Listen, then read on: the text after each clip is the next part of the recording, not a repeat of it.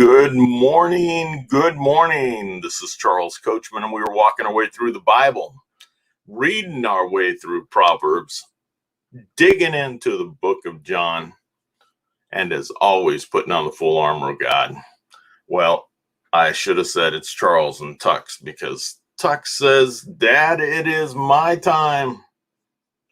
You know that 6 a.m. is my time when I want to see you. So let's do our thing here and check our shout outs. Andrea Botima, realtor out of Phoenix. Andrea, I just want to wish you a very, very happy birthday. Hope that you are doing well throughout 2021, and just wishing you all the best on your birthday. If it is your birthday out there, wishing you a very, very happy birthday also. So happy birthday, Andrea. Have a wonderful, wonderful day. All right, let's see what we've got going on here.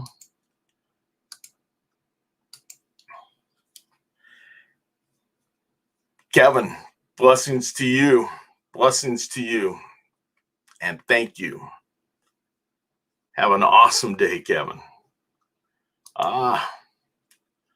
Scott Ricard, good morning. Good morning, Scott. Hope that both of you guys are doing real well back in Florida. Let's see. Frank now, good evening. Good evening. I hope that you have had a wonderful day. Looking forward to what the Lord has in store for us today. Let's see now. Get this going on. Got my big boy here just saying, Dad, FaceTime is cool.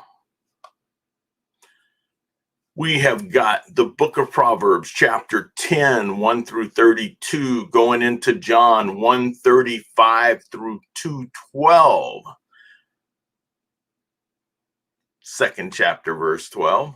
And then putting on the whole armor of God, just wanting us all to be ready for the day. Well, we have had quite the little rainstorm here, probably the most rain we've had in a while. Every time we get rain, I say that because we haven't got rain very often. And it's rained yesterday since the afternoon, basically through this morning. At some times we have been caught in one of these, I think they call them supercells, that it's just wind and rain and just getting drenched. And it came right through San Jose, which was quite odd. Usually it goes to the north or the south of us, but today it came right over us, which means the Santa Cruz Mountains got hit really big time. And then we always got to think about those folks in the Santa Cruz Mountains and all the areas that have been hit by the fires over the last year. But Santa Cruz Mountains took quite the beating last summer. So praying for all those folks up there that there are no mudslides because of this. It is Wednesday, March 10th. Wednesday, March 10th. Let's take one quick look here. Good morning. It's wet in Merced, but nothing to brag about. I don't know if we got anything to brag about. Hold it. Every time we get rain in San Jose, it's something to brag about. They started saying yesterday we could be looking at drought. Well, you know what? Let's forget that. We've had enough drought. Let's get enough rain. Let's build some storage areas for water and not just let all the water go to the ocean. We'll be okay. We'll be okay. But good morning, Kathy Sherritt's Carball, who was traded in her grandbaby for her mama. Beautiful. And hope that you and Arnie have a wonderful day. And good morning to everybody, and good evening to you, Frank Nell. All right, let's dig on in. I got Tux digging at the back of my chair, so he's digging in. All right, contrast to the righteous and the wicked. The Proverbs of Solomon. A wise son makes a father glad, but a foolish son is grief to his mother. Ill-gotten gains does not profit, but righteous delivers from death.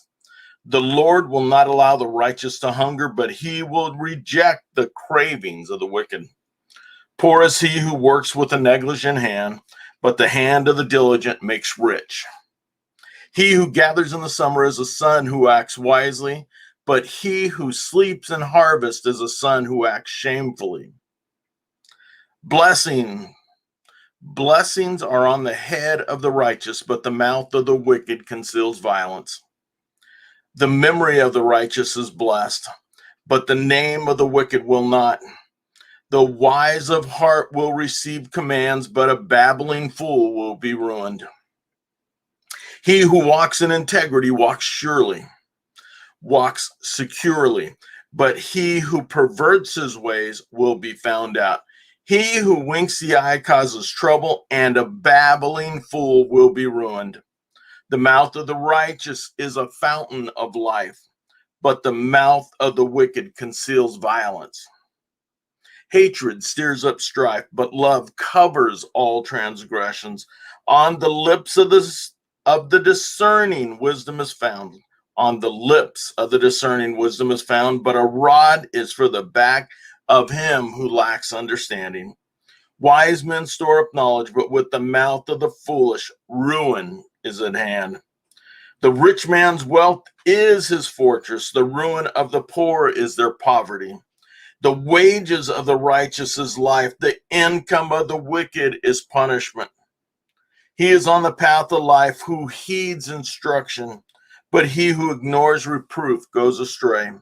He who conceals hatred has lying lips, and he who spreads slander is a fool.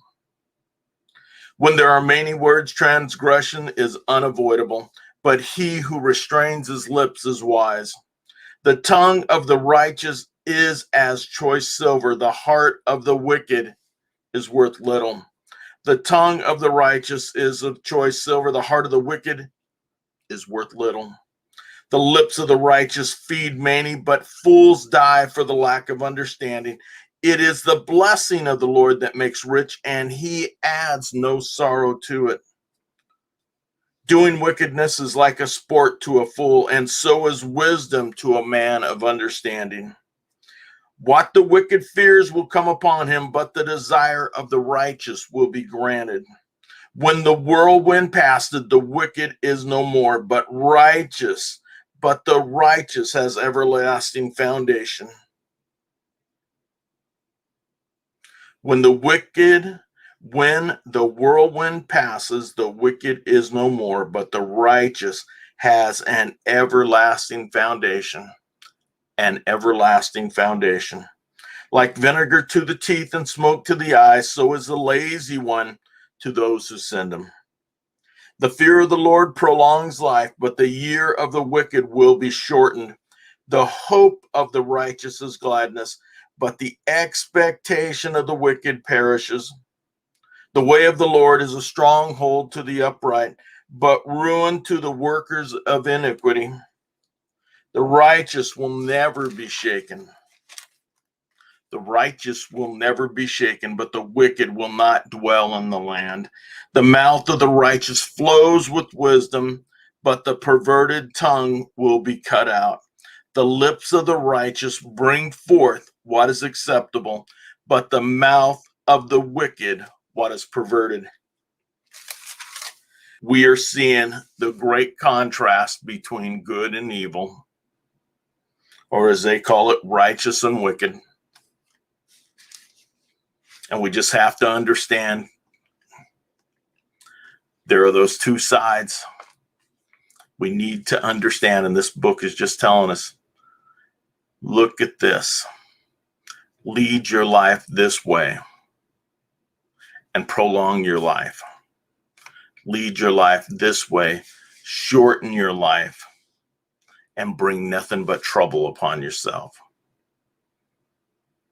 I think everybody here has a good understanding of that. We are all trying to do what is right at all times. Gloria Brown, good morning. So glad that you were here, Gloria. Good morning. Let's move right into John 1:35. John 1:35. Get a quick drink of water.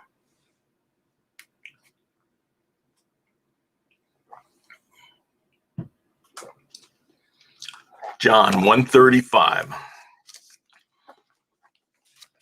Jesus' public ministry and the first converts. Again, the next day, John was standing with two of his disciples, and he looked at Jesus and said, he walked and said, behold the Lamb of God. Behold the Lamb of God. The two disciples heard him speak, and they followed Jesus. And Jesus turned and saw them following and said to them, what do you seek? They said to him, Rabbi, which means teacher, where are you going? Where are you staying? He said to them, come and you will see. So they came and saw where he was staying, and they stayed with him that day, for it was about the 10th hour.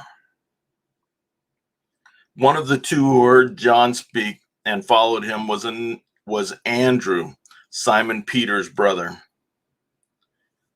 He found first his own brother Simon and said to him, we have found the Messiah, the Christ. He brought him to Jesus. Jesus looked at him and said, you are Simon, the son of John. You shall be called Cephas. The next day he purposed to go into Galilee, and he found Philip, and Jesus said to him, follow me. Now Philip was from Bethsaida, of the city of Andrew and Peter. Philip found Nathanael and said to him, we have found him whom Moses in the law and also the prophets wrote, Jesus of Nazareth, the son of Joseph. Nathanael said to him, can any good thing come out of Nazareth? Philip said to him, come and see. Come and see. Jesus saw Nathanael and came to him and said, behold, an Israelite indeed, in whom there is no deceit. Nathanael said to him, how do you know me? Jesus answered and said to him, before Philip called you, when you were under the fig tree, I saw you. Nathanael answered him, Rabbi, you are the Son of God. You are the King of Israel. Jesus answered and said to him, because I said to you that I saw you under the fig tree, do you believe? You will see greater things than these. And he said to him, truly, truly, I say to you, you will see the heavens opened and the angels of God ascending and the descending on the Son of Man. Miracle of Cana, starting John 2, verse 1. On the third day, there was a wedding in Cana of Galilee, and mother of Jesus was there, and both Jesus and his disciples were invited to the wedding. When the wine ran out, the mother of Jesus said to him, they have no wine. And Jesus said to her, woman, what does that have to do with us? My hour has not yet come. His mother said to the servant, whatever he says to you, do it. Now there was 6 stone water pots set there for the Jewish custom of purification, containing 20 or 30 gallons each. Jesus said to them, fill the water pots with water. So they filled them up to the brim. And he said to them, draw some out now and take it to the head waiter. So they took it to him. When the head waiter tasted the water, which had become wine, and did not know where it came from, but the servants who had drawn the water knew, the head waiter called the bridegroom and said to him, "Every man serves the good wine first, and when the people have drunk freely, then he serves the poorer wine. But you have kept the good wine until now." The beginning of his signs Jesus did in Cana of Galilee and manifested his glory, and his disciples believed him. After this, he went down to Capernaum, he and his mother and his brothers and his disciples, and they stayed there for a few days. So Jesus is gathering his disciples. He lets them know that I can see things that maybe you won't understand. You will see greater things in the coming days. Takes them all to the wedding.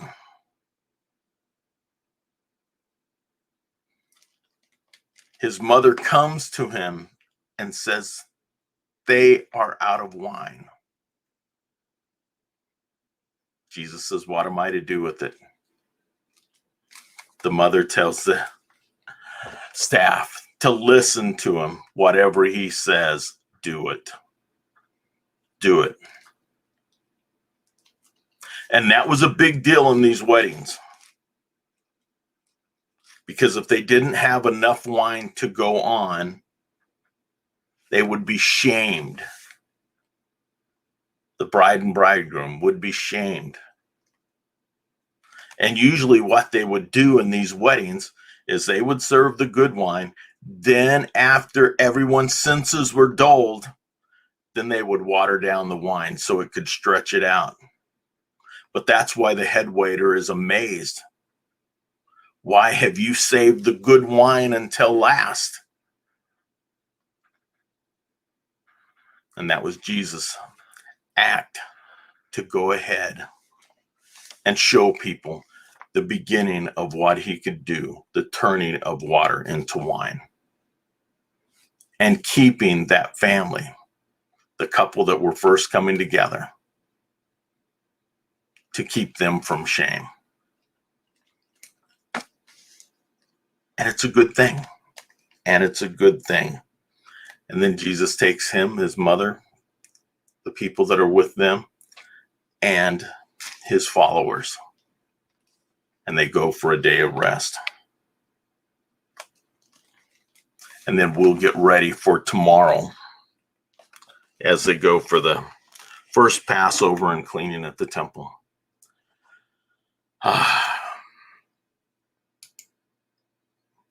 Lona, good morning. Good morning to you. I'm glad that you are here. Thank you for joining us. I hope everyone has a wonderful day. Enjoy it. Take advantage of every minute of it. If you have an opportunity to help somebody else, somebody in need, somebody that just needs a call, somebody that just needs to hear from you, somebody that has been on your mind, do it. Make that call. You don't know what it's going to do for a person's spirit, especially in this time of lockdown. Things are starting to open up, but there's still people that really can't go out and do things because they haven't got their shots yet. And a lot of people are still afraid. And if you know somebody that needs that extra bit of encouragement, be the person who can go out and give it to them. Go out and do it. Have an awesome day. I look forward to seeing you again tomorrow as we continue our walk through the Bible, reading through Proverbs, and now digging into the book of John. Hope you all have a wonderful day. If you'd like to share this out, we would love that. Frank, now have a good evening and a good day to everybody. So enjoy yourselves. God bless. Bye.